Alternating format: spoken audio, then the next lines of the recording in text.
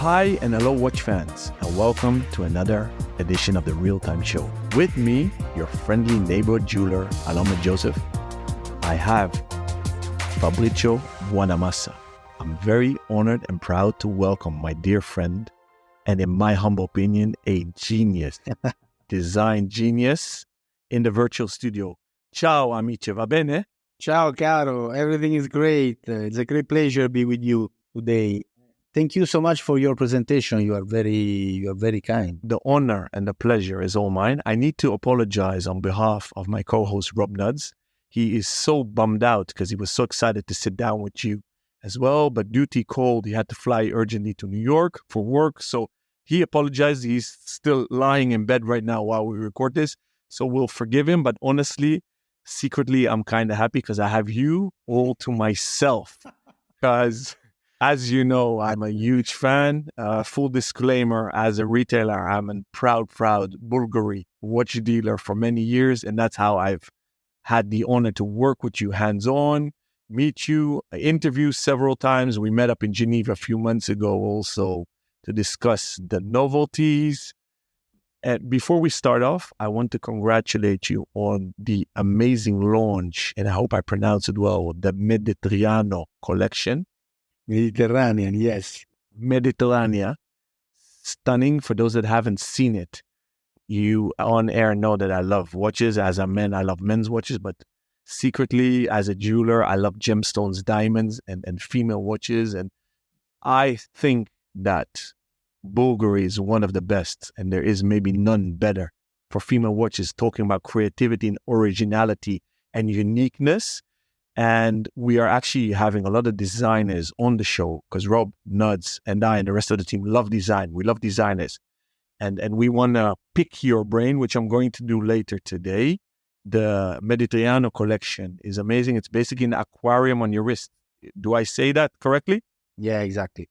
This was the idea. Thank you so much. It was very long process. It's very interesting to say, first of all, that I'm here in Neuchâtel in my office in the watches business unit.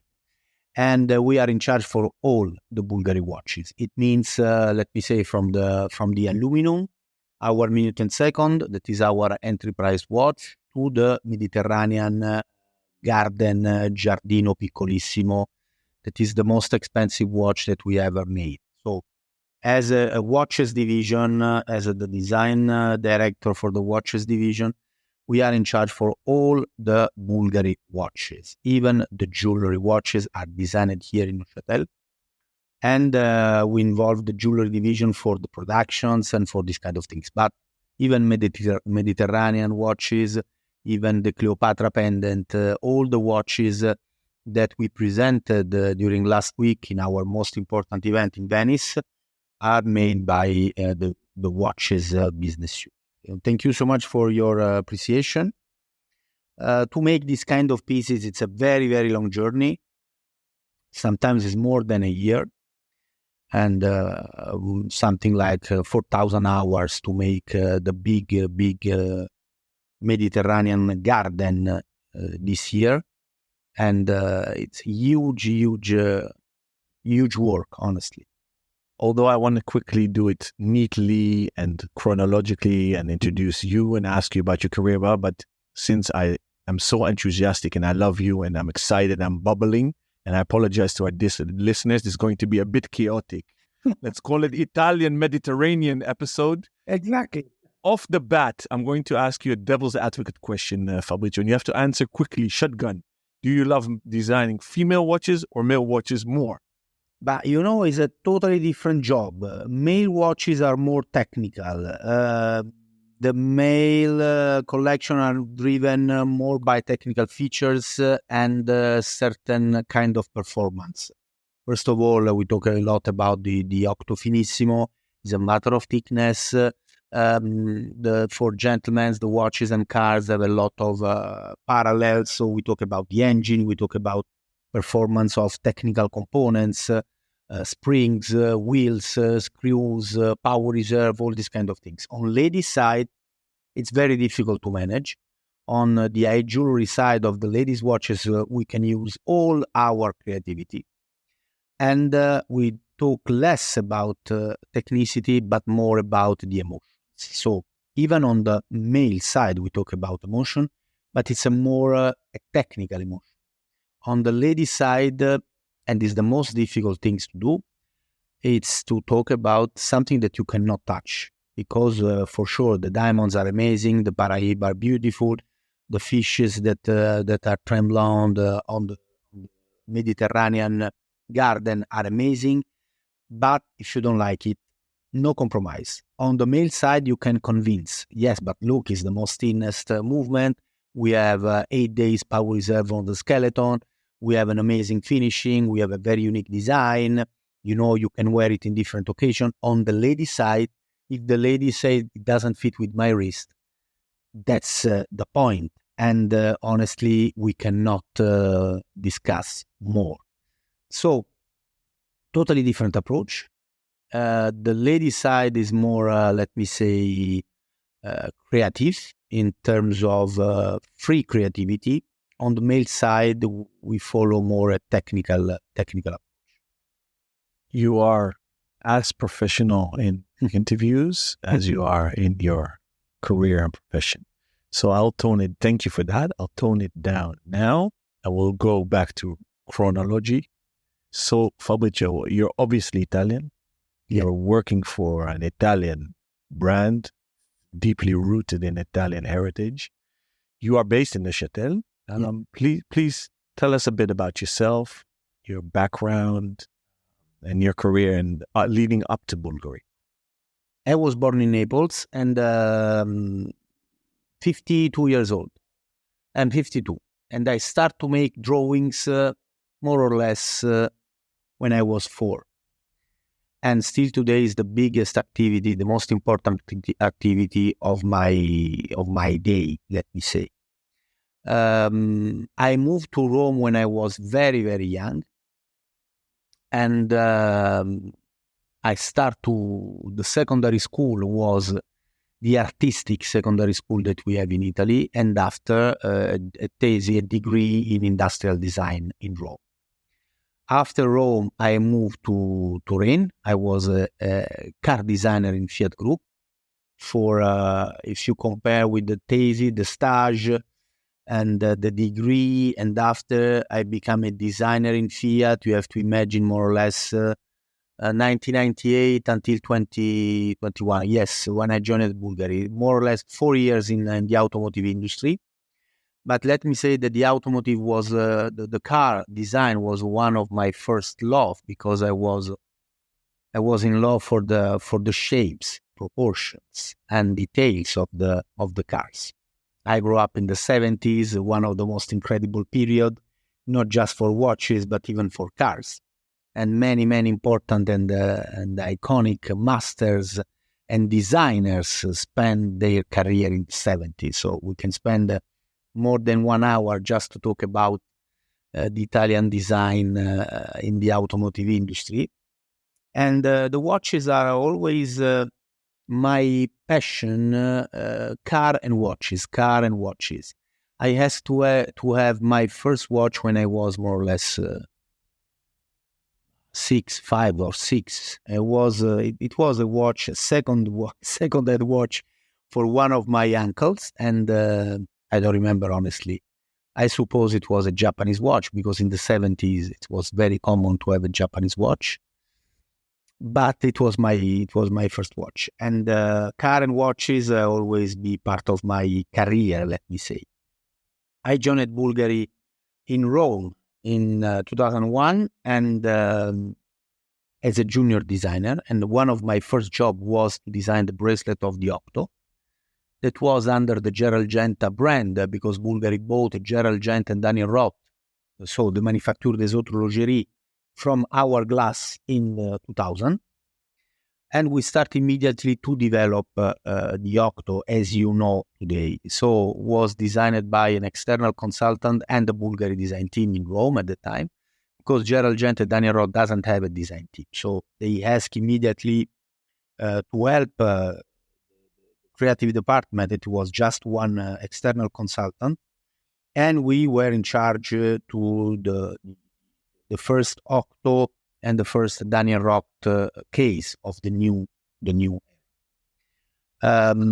One of my first job was the bracelet of the Octo. That was not the right moment at the right time. They decided to go ahead with the caoutchouc strap, and one of the first job was some dials for the Octo and some dials for the Daniel Rock case.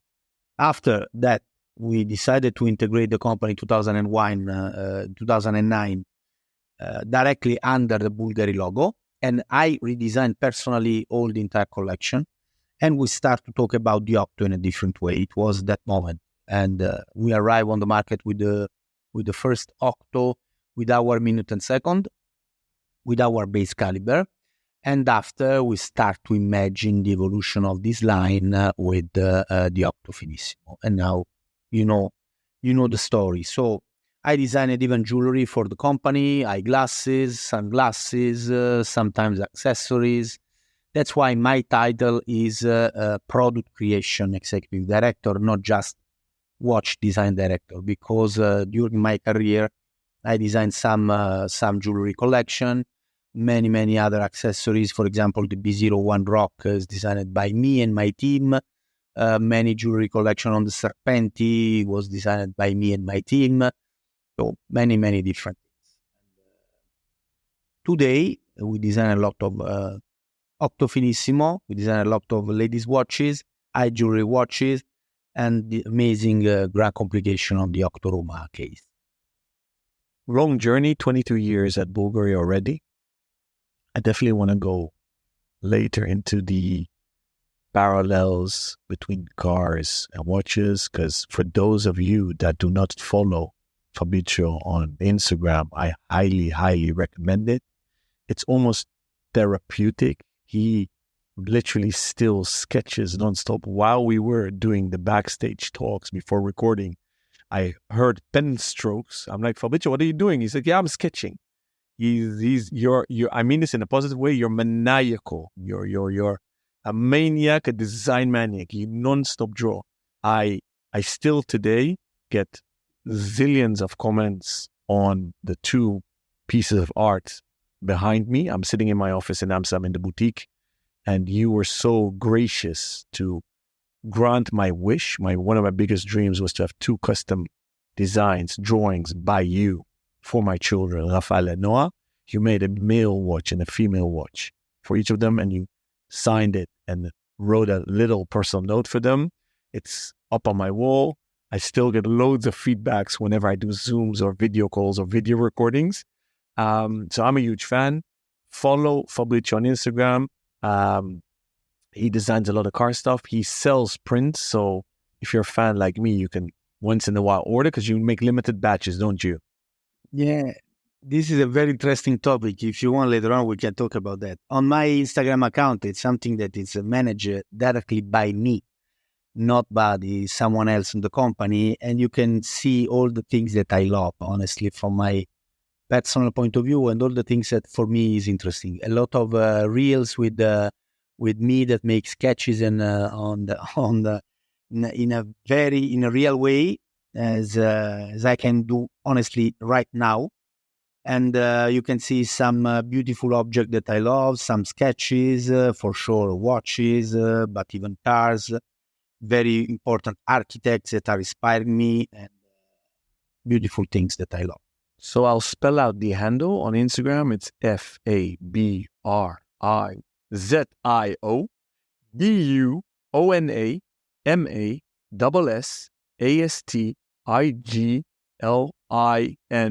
So Fabrizio Buonamassa Stigliani. I think it's the longest account on Instagram, and it was for me the easiest thing to do. And I decided to use my two family names and my name on the account. And at a certain moment, it was a bit tough because it was so long. But anyway, now this is the account, and that's it. And most definitely, our team member David Vaucher writes the show notes. Shout out to you, David. Thank you so much. He will also put the handle in the show notes. So don't worry, guys, if you didn't write down my spelling. So, Fabrizio, what's your highlight or highlights at Bvlgari in these 22 years? What stands out for you if you sit down and walk down memory lane, please? Honestly, the brand itself is absolutely unique. It's not just a brand that more than 150 years on stage is one of the most iconic brands for jewelry, but even makes very iconic timepieces, and now even more. The highlight is the brand itself. Thanks to Gianni Bvlgari, he was the first one able to create an aesthetic of this brand.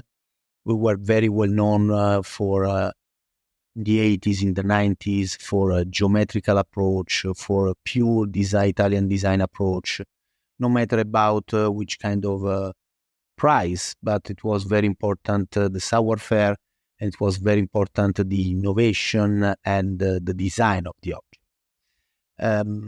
I met Gianni for the first time 5 or 6 years ago, and we had an amazing discussion about aesthetics. And this is not so common because Bvlgari is not just one of the most iconic jewel maker that play with colors.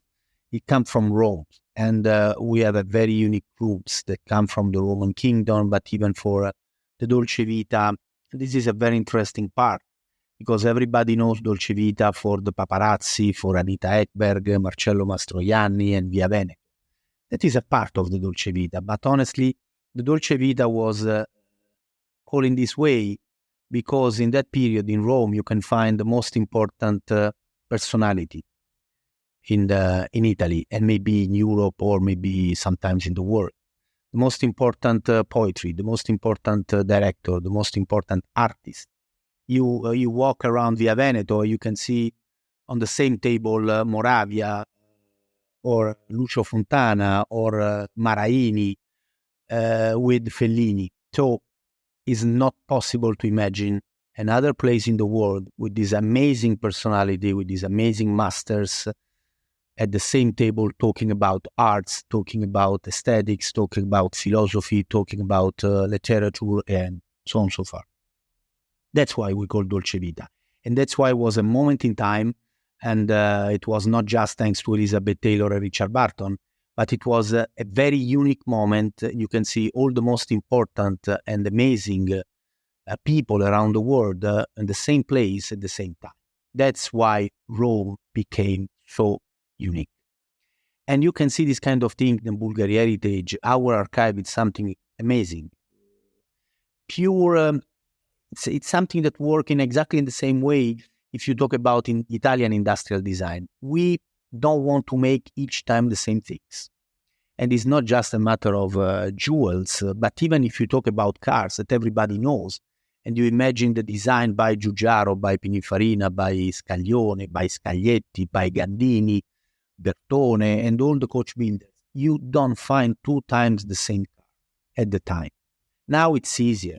Now it's a matter of cost. So they want to produce just one frame, frontal frame, and they change the shapes and they change the dimension of the car. But at the time, the 70s, in the 50s, in the 60s, it was the maximum expression of creativity. And you can find this kind of expression in the Bvlgari DNA. So we have Parentesi, we have aluminum, we have Bvlgari, we have Trica, we have so many different things. And this is the biggest elements of this company because thanks to this point of view, you can design so many different things. And I think in the last 20 years of my career, I discovered the brand. And I think that inside the company, I'm one of the few people that know the brand very well. But I discovered the brand from scratch when I joined Gianni Bvlgari in his house in Rome. I say, okay, now I can understand the brand. And it was a melting pot of different cultures. It was a melting pot of different style. It was a super eclectic gentleman. He is a super eclectic gentleman. And you can see the eclectic style of Bvlgari through his very unique style. So I think that in the watch industry, you have a lot of brands that are used to make each time the same things because it's even part of the watch's history, the watchmaking history to be consistent. But when you see the Bvlgari product, just to have the essence of the brand in one sentence, just Bvlgari is able to turn a gas pipe in a luxury item, let me say.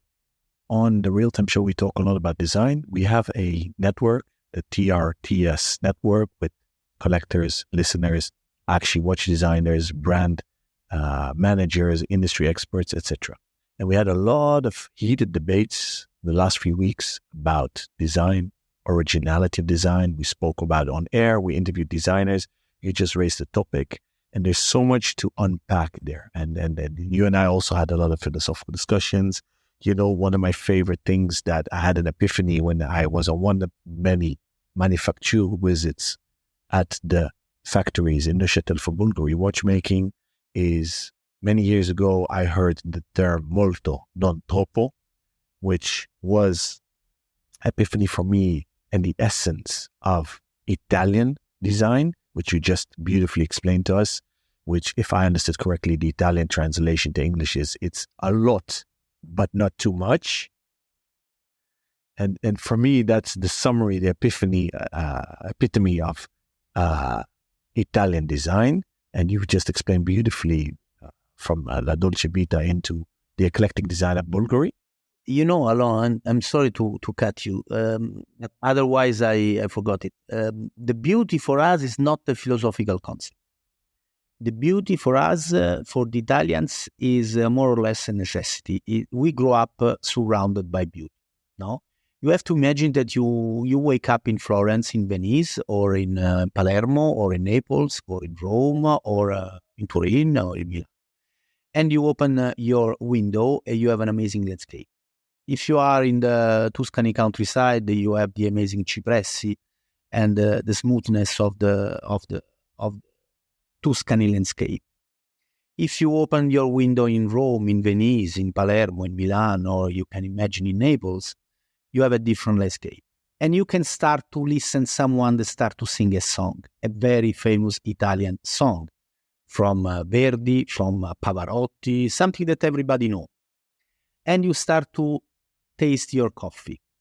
And after, during the lunch, you start to eat an amazing pizza or an amazing dishes of pasta handmade. So it's difficult to find another place in the world that can give you this kind of beauty. Beauty, that's why I say for us it's not a philosophical concept. Beauty is something that in Italy you can touch, you can see, you can feel, you can hear, you can taste. I talk about pizza or I talk about handmade pasta because we love the beauty that comes from the savoir-faire. Our pizza in Naples is unique. I come from Naples. Now we're talking something that is a part of my heritage. But unfortunately, if you make the same pizza in Rome, it's not the same. I don't know why. Nobody knows why. But if you make a tortellini in Bologna, it's amazing. If you make the same tortellini in Naples or in Milan, it's not the same. Each country, each region, each city in Italy has an amazing savoir-faire and very unique savoir-faire that comes from centuries of different kind of cultures. That's why in Venice and in Palermo, you can see the same Arabic influences. When you go in Naples, you have a part of the city called Quartieri Spagnoli, the Spanish part of the city. But you can hear some words in Naples that are very similar to the French because they had even a French domination. So you have to imagine the Italian land like the Italian culture, the Italian aesthetics, like a multi-layer cake. Every different domination left something on our land. That's why we are so eclectic. That's why we talk about tubo gas.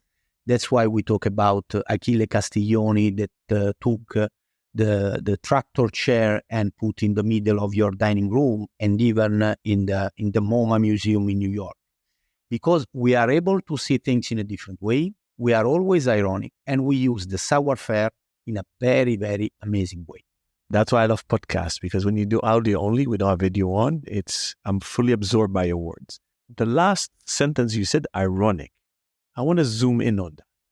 Does that mean you embed sense of humor in everything, or take life lightly, not too seriously? What do you mean by that? The Italian design, if you see the most iconic elements of the Italian design history are very ironic. We love to have fun. So for us, form follow function, it doesn't work. It works very well for the master Dieter Rams, for Ludwig Mies van der Rohe, but it doesn't work for Achille Castiglioni, for Mario Bellini, for Richard Sapper or Zanuso. We love to have fun. Otherwise, we get bored and we don't like it. That's exactly the same approach that we have. We make a lot of sketches. I make a lot of sketches. And after I share the sketches with my team, and the first reaction is, wow, this is super cool. Okay, we put on the wall in our office.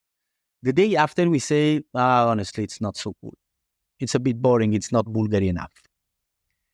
When you see the tubo gas, is exactly this. Just Bulgari can take a gas pipe from a kitchen or from a bathroom, from the shower, and turn it in a luxury icons, because we are able to see things in a different way. And part of the Italian design culture is even called something that everybody knows as ready-made. So we love to give a second chance to the object, second life. That's why we love to have fun. We love to see the things from a different point of view, and we love to have fun when we design objects. Otherwise, it becomes so serious, it becomes so boring, and honestly, we don't like it. We love to play with the names. On the Mediterranean collection, we have fishes, and we have fishes in a bubble, in a crystal bubble on your wristwatch. We have starfish, we have shells, we have anemones, we have so many things. We love to have crowded object with an amazing savoir-faire that when you see it, you don't wear it just in a static way, but you have fun and you have to discover little by little. So that's why we love to say that we are ironic, because when Achille Castiglioni or other Italian designers create the arch lamp or create, another kind of things, it's something that everybody knows because an arch is a part of our daily life. But he was able to turn it in one of the most iconic lamp that you can see in design history, with a very simple touch. This is the most difficult thing to do. That's why I love Mies van der Rohe, because Mies van der Rohe is the master of the less is more, but not the less is more that we know today. Less is more, it means that it's more difficult to do, because when we have less, we have more details and we have to take attention about all the single shapes, corner, edges, with the most incredible savoir-faire, with the most incredible materials. So today, less is more is to have something that is less expensive. But in the more deep way, less is more. It means more expensive because I have to pay more attention and I have to choose the right materials because I have less. So the material is very important. The finishing are very important. And the savoir-faire are even more important. So when you have something that is a crowded object, you can see, okay, I don't care about that because we have a lot of focus points. Our crowded object, like the Garden of Eden last year and the Mediterranean Garden this year, it's an obsession for us.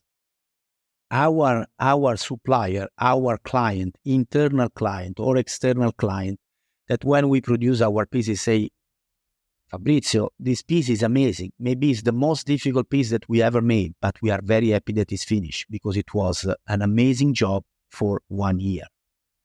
And we talk about all the details, all the grief, all the elements that you have to see when you turn the bracelet. As you are a jeweler, you know very well what I'm saying. So it's not just the things that you can see when you wear the watch, but it's even more interesting when you turn the bracelet, when you turn the movement, when you turn the bracelet. So on the Octo Finissimo, you can see this less is more approach. On the high jewelry pieces, you can see the most incredible savoir-faire that we are able to show to you and to our. I can go on for hours. We're already halfway and I have so many questions for you. I'm going to cut myself short. I'm going to ask you if we can please invite you back on the show where we just do an episode about the philosophy of design, because it seems you have endless sources of inspiration and creativity in you. And on this show and our listeners and in our network, everybody complains about the lack of originality and creativity in the watch industry. We keep on riding the wave of vintage, retro-inspired, old catalog models continuously. And if somebody says it's new, it's usually a lookalike or it's inspired by a different brand. And so I want to park that issue maybe today, because I want to talk about the Octoroma quickly. I've said this to you personally. I've said it to our dear friend Antoine Penn, your colleague. I've said this on air after visiting the Geneva fairs in the end of March, the watch fairs. I am a huge fan of the Octo Finissimo, which I'm wearing today. From day one, I fell head over heels in love, ordered it immediately. I'm wearing the Ton sur Ton titanium on titanium. Yeah. It's still my favorite. And the second best is the full gold satin blasted one. The Octoroma wasn't my favorite. I didn't really like it. I didn't feel it. I was skeptical when I saw the pictures when you guys revealed it a few months ago. I always say I don't make definite decisions or verdicts or form my opinions when I held it in my hands, studied it, and put it on my wrist. I did that with the revamped Octoroma, and I'm not sucking up to you. You know, I'm rather honest. I loved it. And you blew me away. I ordered one for myself, and not to replace my Octo Finissimo. It's a different watch, completely different. What did you do? How difficult was it for you to revamp it? And walk us through the design process, and please tell us why it's so successful suddenly. On the male assortment, maybe the Octoroma is the most difficult watch that you can imagine, because it's exactly in the middle of the market with a lot of competitors at the same price point, with an amazing heritage, with the same watches until 50 years, and it's very, very crowded segment and a very, very competitive and difficult. We are very well known today thanks to the Octo Finissimo, but the Octoroma, the origin of the Octoroma was immediately after the Octo Finissimo, because immediately after the first presentation of the first product, after 2 or 3 Basel Fair, we discovered that, yes, the Octo Finissimo was an amazing achievement in terms of technical feature, the ultra-thin movement, the ultra-thin bracelet, the ultra-thin case, one material, one finishing, one color. But it's not for everyone. It's a bit a segmenting watch because, if you don't like ultra-thin watches, what else? And we decided to develop a different leg on the Octo collection. To be clear, and for the records, we have to say that when the Octo Finissimo arrived on the market, we already have another Octo that became the Octo Originale. That was the Octo that we designed 20 years before, 15 years before, more or less, with the Gerald Genta and Daniel Roth development department. So when the Octo Finissimo arrived on the market, the Octo was already a watch with retrograde movement and with our base caliber, our minute and second. So from this point, we call this Octo Originale, and we start to develop the Octo Finissimo. In a certain moment, the Octo Finissimo has a huge success, but it was we were not able to produce all the watches that the market needs. On the other hand, the Octo Originale, after the Octo Finissimo, it started to become a bit gigantic, huge bracelet, huge case, very thick case, but not just for the client, even for us. I have to say that there is a business unit before and a business unit after the Octo Finissimo. After the Octo Finissimo, all the watch, even the ladies' watch, it starts to be very thick, very big bracelet. And we start to redesign all the components of all the watches and our entire assortment with the Octo Finissimo in mind. That doesn't mean that we design all Octo Finissimo everywhere, but we start to looking for the best thickness as possible, the best comfort for the bracelet as possible, in a different way if you compare with the past.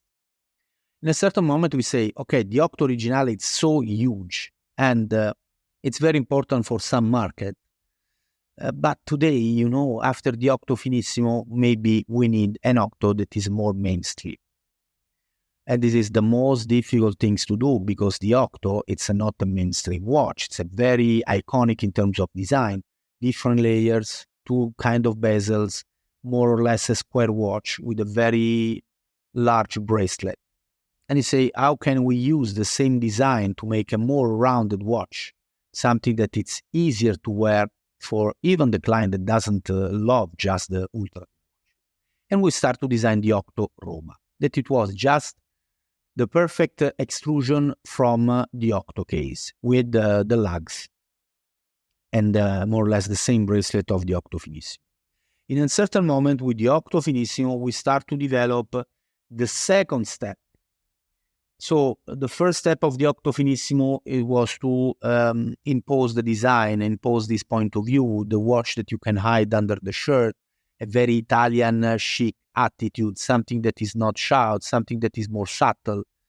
And it wasn't a great success. And after now is the second phase that we start to take care about all these references, about all the movements, and start to look at the watch in a different way to improve all the single details that we can improve in terms of finishing, in terms of ergonomic point of view, in terms of many, many different things. So here we start to say, but guys, the Octo Roma start to become a bit different.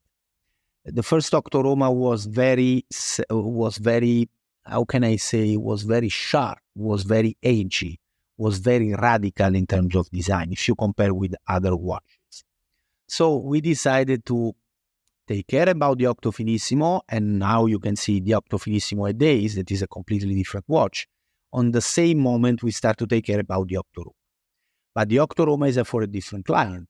The client that already have some watches, maybe already have the Octo Finissimo, but for sure already have some other iconic watches. So you need something different that talk about the brand in a very clear way, but on the other hand, it's very easy to wear in different occasions. And to have this kind of design today, you must have some specific features. Interchangeable strap, you must have different movements, you must have luminous hands, luminous indexes. To have a versatile watch, you must have some versatile features. So we start to develop the Octo Roma with, for the first time, a chronograph movement, and for the first time in our assortment, interchangeable system. Allora, the Octo Roma is not a round-shaped case. To design the push button for the chronograph, we spent 6 months. Because we were not happy about the thickness of the movement, we were not happy about the size of the movement, we were not happy about the shape of the push button on the case. And the same thing was the interchangeable system. We tried 3 or 4 different systems, and we were not happy because we were not easy to use, user-friendly strap. I'll always say, guys, it is not possible to use. We're going to create a frustration, and it's better to don't have the system, to have the common strap. So, Alon, honestly, it was one of the longest development. We spent more or less 3 years to develop this new watch because we changed 2 or 3 times the movement for the chronograph, so we were not able to design the push button, and we changed 3 or 4 times the interchangeable system, so we were not able to design and to fix the design of the case, neither the design of the bracelet. So we were happy about the luminous hands. We were happy about the new luminous indexes. We were happy about for the texture of the dial for the first time on an Octo family. But you have to imagine that we make the design of the case 3 times. Today we call the watch Octo Roma, but just the name is the same. Honestly, the watch is a brand new watch with a lot of new features, with a lot of implementation in terms of movement, in terms of finishing, in terms of, you can see now the case is made with different finishing. The first Octo Roma was just with one finishing, was very sharp, was very edgy. Now we try to have a smoother case, a smoother design. We don't want to have compromise. Still today is an Octo, but when you can make a comparison, the old Octo Roma and the new Octo Roma, you see that is a big step. And now we see the watches in a different way, let me say. I have just one word for you. Congratulazioni. You are very kind. No, I'm serious. People know I speak my mind. I am not a designer. I envy you guys, designers. I envy the creativity. I admire you guys. And sometimes I sit down and I'm like, oh my gosh, if I was them, how the hell would I tackle this problem? How do you need to climb this Mount Everest by doing this? This is such a tremendous job. I think it's even more difficult to do this evolution, than come up with a total new design out of the blue, which also seems like a hell of a job. I want to zoom in on what you mentioned about the chronograph, because the chronograph is a fantastic piece under, obviously, the Finissimo GMT, which is also the thinnest automatic chronograph with a GMT function. But talking about the Roma, I love the pushes, how you indeed integrate it. And I understand you worked 6 months on it because it's an architectural job. It's you guys build sculptures. It's architectural buildings. Now, let's talk about the movement because it's a new caliber. The 3 hands is a BVL 191 manufacturer caliber, right? What's the chrono, please? Honestly, you make a very tricky question because honestly, I don't remember. I think that is a module. I think that is a module that we put on top of our base caliber. But you have to check with the Marina. We have to check in the press release because it was right down. Honestly, now I don't remember because I'm not involved in the movement development. So I know which kind of movement it is. I know the size. I'm in charge for all the finishing and all the things. But honestly, we changed this kind of movement 3 or 4 times. In a certain moment, we decided that this must be the movement. But I'm sure that is an applied module on our base caliber. But honestly, I don't remember more. Sorry for that. No problem. I wanted to give you the honor. It is you're right. You guys called it a 399, but it's indeed based on the 191 with a Dubai Duprat module on top. Exactly. It's a Dubai Duprat module on top on our base caliber, yes. But beautifully thin. So compliments on that. In a certain moment, we take in consideration even our movement with integrated function, chronograph function, but it was too thick. We already used the Zenith El Primero in our Octo Originale Velocissimo. The problem was the size and the center of the 3 counters. We were not happy because for our design doesn't fit in a correct way. So we decided to create a new movement with the Dubois Duprat module on top of our base caliber. For this kind of watches, even the price is very important. And in a certain moment, we push a lot the boundaries to have the best watches possible with this not common, not round shape design at the correct price point. To be clear, it's very easy to produce a round shape watch. It's easier and it's less expensive. When you start to change the shape of the case with the square, with the rectangular, with the octagonal shape, you have to take in consideration many aspects of the finishing and many aspects of the production of the case.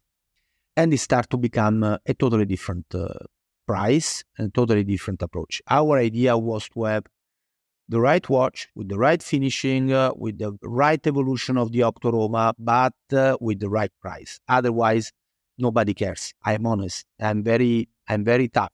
Sometimes with our product development team and with our meeting, I say, guys, I love watches. I don't know why I have to buy this watch at this price. Sometimes during our meetings, I say, I love to wear watches, but I love to wear watches that make sense. So please take in consideration the final price. Now I'm not talking about the Octoroma, I'm talking in general. Take in consideration that I would love to have this kind of finishing, but this kind of finishing, it makes sense if the watch has this kind of price. Because if we pass the limit, for sure we have to change even the finishing to have something that is more consistent with the new price point. So we have this kind of discussion. And it's not just... today, Alon, we work in a very different way if you compare the way that our competitor used to work. after 20 years that I'm in the company and more than 10 years that I'm in Neuchâtel, today our way of working, and I'm talking about the Octo Roma, the Octo GMT, the War Timer, the Octo Perpetual Calendar.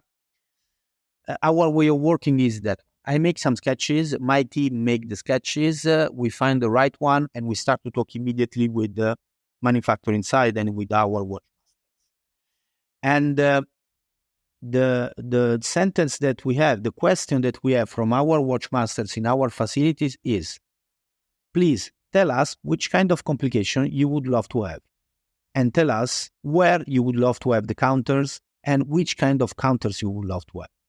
So now we work in this way. That's why we have the perpetual calendar with the retrograde big date.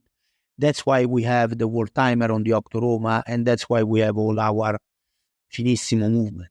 It's not often you have the engineer, the watchmaster that make the movements, and after someone else try to have the best dress as possible, the best drawing as possible for the shape. We work in a very, very different way. So we start to have back and forth 1,000 times with the watchmasters. What do you think about that? Oh, it's beautiful, but I'm not completely satisfied. I would love to have the counter a bit more in this direction and more in this position. Is it possible? No. Okay, we can find another solution. So now we work in this way. That's why you have this certain of consistency between the movement and the design of it. So you raised actually a segue for me that as a ambassador of Bvlgari, which I titled myself, and I didn't believe it till I saw it with my own eyes when I did the manufacturer visits. You guys are truly vertically integrated. Tell me, please, what you guys do in-house. And the funny thing is, I should reverse the question, put it upside down. There's hardly anything you don't do, so maybe you should just say what you don't do. Because I was blown away. Yeah, you know that I'm very honest and clear person. So we produce in-house all the most strategic movement. We don't produce in-house all our movement because we don't have the size, we don't have the capacity. When we don't produce in-house our movement, we are the owner of the ideation and we owner of the project. So we have an idea.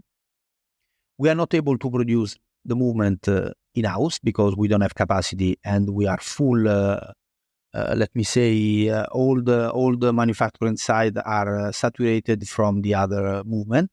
So we try to find the best partners possible able to develop our idea. And this is the case of the Octo Finissimo Ultra.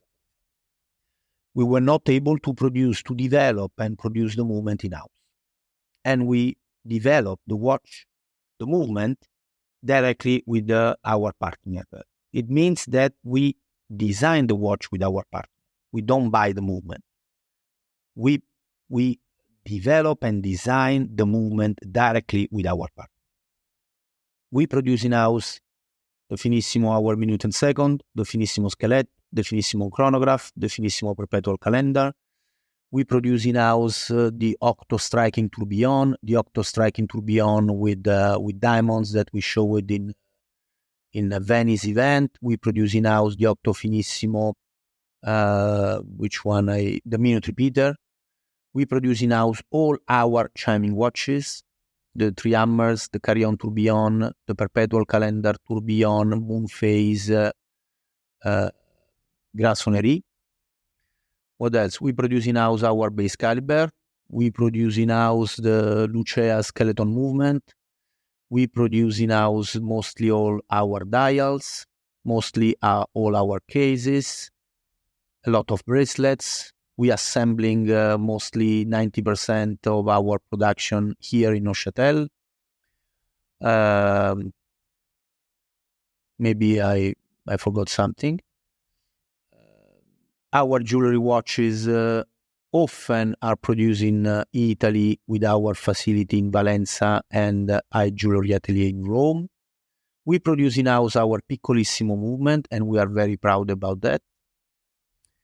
We don't produce in-house the bracelet of the Serpenti Tubo Gas, the Serpenti I Jewelry watches because we produce it in Italy, in our facilities.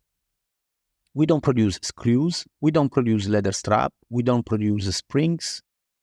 We produce in-house some wheels of the movement, some bridges of our movement because are so difficult to produce outside. We don't produce hands. We don't produce all our indexes. We don't produce buckle for the deployment buckle. We produce mostly all our Ardion buckle.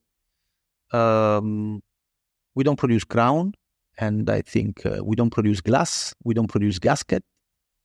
You've said enough, Fabrizio. You've proven that you're honest, you're transparent, which is rare in the Swiss watch industry. And you guys set such a high standard for yourself because you just said, we don't produce the coil, but Bvlgari does produce it in-house. It's just not in Switzerland. But it's funny, you guys segment yourself so much. Doesn't make sense to say that we produce screws, we produce our leather strap. Honestly, nobody knows, but it's not a strategic component. So, Alon, we try to produce, to be the owner and to be the designers of all our most strategic development. And I think we produce 95%, 99% of our finissimo movement, and we produce 100% of our piccolissimo movement. So we are very proud that we are producing all our chiming watches. You know that we have the watch masters able to touch a chiming watch must be a talented watch masters with more than 20 years of experience, but must be talented because it's not so easy. We are able to produce more or less 10 Carillon Tourbillon, Grand Sonnerie, and Quantien Perpetuel, all these kind of things, all together per year. So one watchmaster is in charge for one watch. The watchmaster cannot pass to someone else because he have to imagine from the beginning which kind of sound he gonna have when the watch is closed. And he assembling and disassembling the watch several times during the process. And the final, the last fine tuning is made by hand. He touched the hammers and he touched the gong by hand. And just at the end of the process, you have to be able to imagine the quality and the which kind of sound we're gonna have when the watch is closed. That's why you cannot pass to another watchmasters. We have more than one watchmasters in the chiming watch room that are more than two. I'm honest. And that's why you cannot pass to another one because the sensibility, the taste, and the way to work is different, even if they are the same level of skills and they are the same level of talent. So that's why we're able to produce 3-4 Grand Sonnerie per year, 3-4 minute repeat, 3 hammers. It's super difficult, and you have to imagine that it's like when you produce an exotic car with more than 100,000 components, let me say. You took the words out of my mouth because the BVL 100, so it's the Piccolissimo, which you just mentioned, only 12 millimeters diameter, 2.5 millimeters thickness, and weighs 1.3 grams, which is mind-boggling. It's not even commercial. So I have to beg the question, why the heck do you guys even make it? It's crazy. Honestly, I stressed it a lot. This concept because the first Bvlgari watch, most iconic one, was the Serpenti in the late 50s. I don't remember. And it was with the mechanical movement. So Bvlgari made the snake and someone else made the movement. In a certain moment, it was impossible to find on the market other mechanical movement due to the quartz wave in the 70s. It was not interesting from an economical point of view. And the second point was that this kind of small movement of the 70s, 40s, 50s, 60s was not reliable at all. So you can gain 10 minutes per day. Everybody, today we have just Bvlgari Piccolissimo and the JLC on the market, this kind of dimension. In a certain moment during a meeting, I say, guys, honestly, the Serpenti Secret watch is our most iconic watch. Today, we are the master of the miniaturization. We have the Octo Finissimo more than 10 years on the market. We are a jewelry. We are a jeweler. Our clients are mostly ladies, but today we have even a lot of gentlemen, very important collectors around the world that have a Bvlgari watches. We cannot use a quartz movement anymore in this kind of piece. We have to develop our base caliber for the jewelry watches. Must be mechanical, must be ultra thin, must be super small, because in this way we can play with it in a lot of different execution. Honestly, we don't take care about the gentleman in this way with the Octo Finissimo, with 8 world records, and use a quartz movement on the most iconic watch that we have is the Serpenti Secret watch. And we start the development. And we start and stop, and we start and stop, because honestly, it doesn't make any sense to produce this movement.